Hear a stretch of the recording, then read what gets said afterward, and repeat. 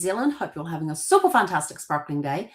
Welcome to Porchlight Letters podcast number 2409.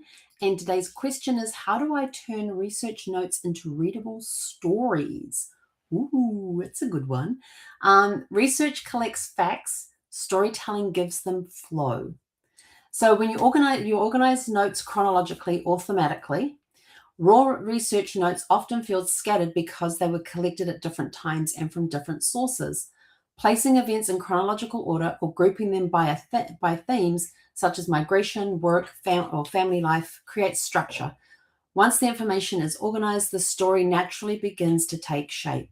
And this will also happen like if you're writing a book, it's a similar type of thing. You put them into some sort of order, whether it's chronologically if you're doing a historical book, even historical fiction, or chronologically based on how you want the story to flow.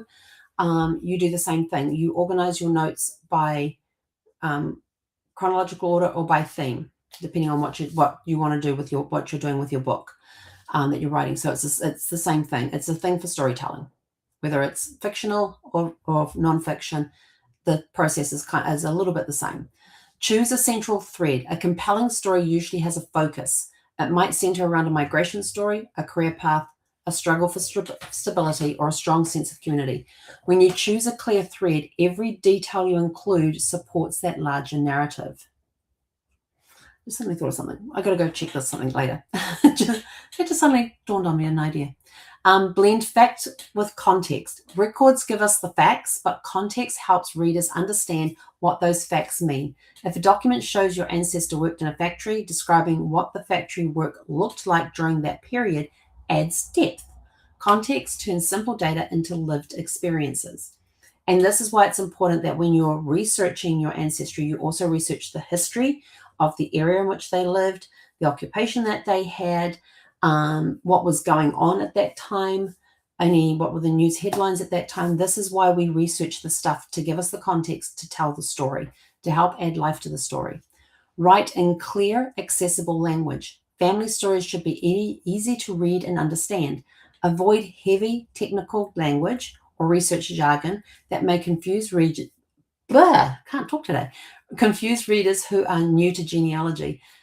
Simple and clear language helps the story feel welcoming and engaging. And here's another reason why you want to keep it simple as well. If you get some photo albums and stuff, and you're putting the photos together inside that album, whether you're doing it physically or digitally, and you can then and then you weave the story in through this, and you're putting little notes in there, make it so kids can read it.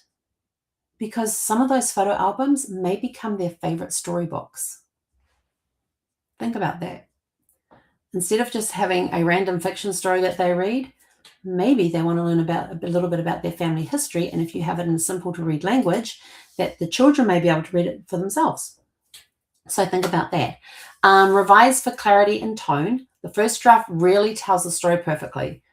I can tell you from experience, having published now 2 books, that the first one, what my first edition looked like compared to what was actually published, there is a huge difference. There were a lot of revisions that went into that. Editing allows you to remove repetition, smooth transitions, and make the narrative flow naturally. A careful revision ensures the story remains both accurate and readable. Why does all of this matter? There is a point to all of this. Readable stories invite family engagement and help preserve history for future generations.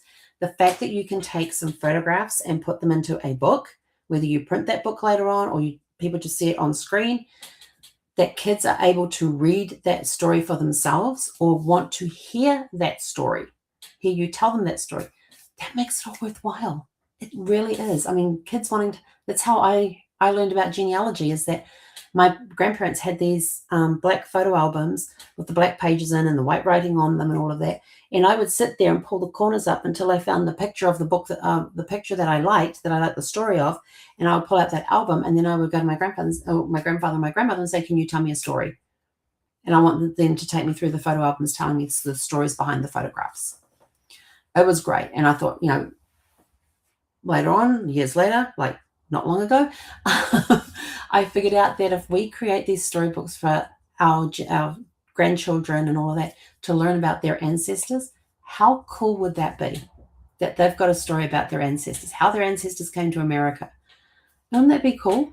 When they came to America, what life was like when they moved here, why did they move here?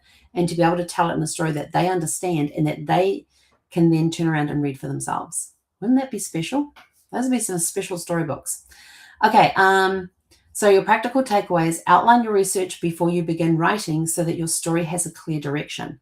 And if you want help shaping your research into a story, send us a private message and let's set up a 30-minute discovery call to get you on the right path. And in closing, notes inform, stories connect. And with that, we are out of here. Go out, have a super fantastic sparkling evening, and we'll catch you guys back here tomorrow evening at 6 p.m. Pacific. Hei konera.